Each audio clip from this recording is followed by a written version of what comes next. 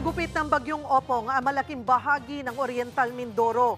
Isang bayan sa probinsya ang kabilang sa 6 na lugar kung saan naglandfall ang bagyo. Nasa frontline ng balitang yan, si Gary De Leon. Malakas na buhos ng ulan na sinabayan ng malakas na hangin ang humagupit sa Oriental Mindoro. Halos mabunot ang mga puno. Zero visibility rin ang coastal area sa bahagi ng San Jose Rojas. Katakot-takot naman ang malakas na hampas ng alon doon. Pati ang mga tricycle, hindi maibiyahe dahil sa lakas ng hangin. May nakunan ding buhawi malapit sa munisipyo ng bayan ng Baco. Sapul naman sa video kung paano liparin ang bubong ng bahay na ito. Sa bayan na Nauhan, nawasak ang bubong ng Grandstand and Sports Complex. Patuloy ang pagpapalikas sa mga residenteng apektado.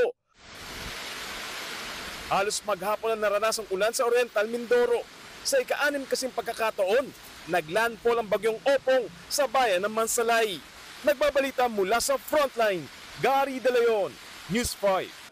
Mga kapatid, Cheryl Cosing po. Maging maalam at may pakialam sa mga napapanahong issue at headlines. Mag-follow at mag-subscribe na sa social media pages ng News 5.